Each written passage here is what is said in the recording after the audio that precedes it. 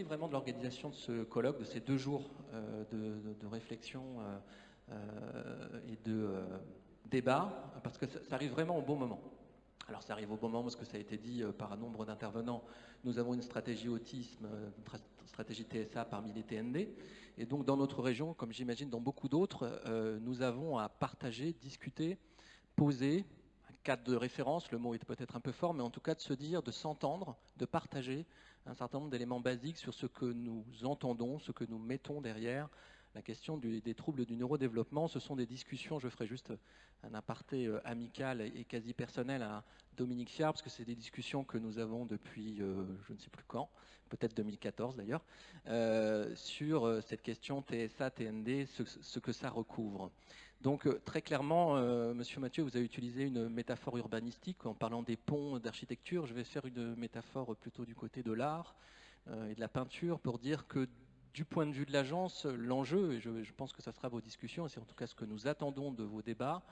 c'est comment on évite,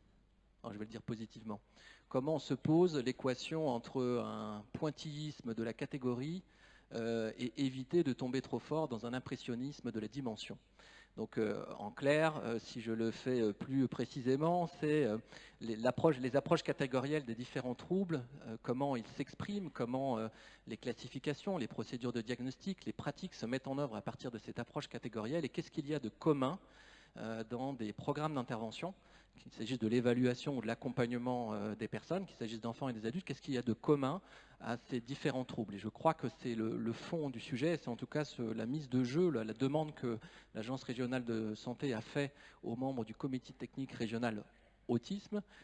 pour justement venir nourrir la réflexion et les débats là-dessus, puisque derrière ça engage pour les familles, les enfants et les adultes, mais aussi pour les professionnels que vous êtes, un certain nombre de méthodologies qui doivent garantir la qualité des interventions auprès des personnes. Donc pour faire vraiment très court, j'aurais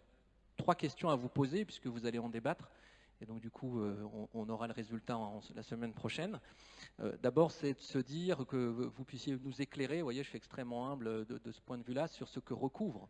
ce concept, cette approche dite TND, enfin, telle que posée dans les classifications DSM-5 et bientôt CIM-11, donc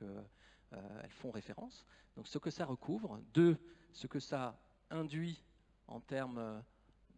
d'évolution des pratiques,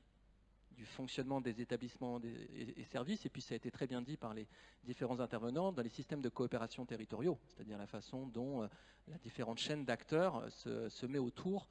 des personnes pour mettre en œuvre cette approche des TND. Et puis le 3e point, et vous allez voir que je vais très vite conclure,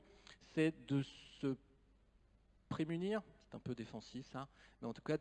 qu'on aille jusqu'au bout du débat et qu'on arrive à se dire ce dont il faut se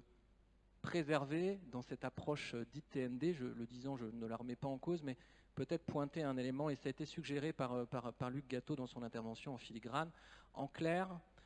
comment on articule la transversalité de cette approche et des méthodologies qui se mettent en œuvre avec la question de la polyvalence et de la spécialisation des interventions. Pour l'Agence régionale de santé, ce n'est pas une question neutre, puisque si nous avons un cadre de référence sur les classifications qui portent les TND au devant de la scène,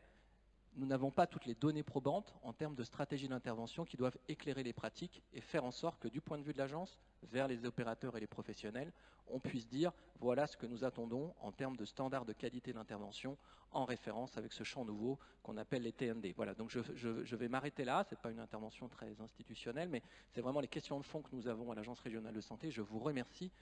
d'avoir mis cela à l'ordre du jour et de traiter ces questions sur ces 2 jours. Je vous souhaite d'excellents travaux.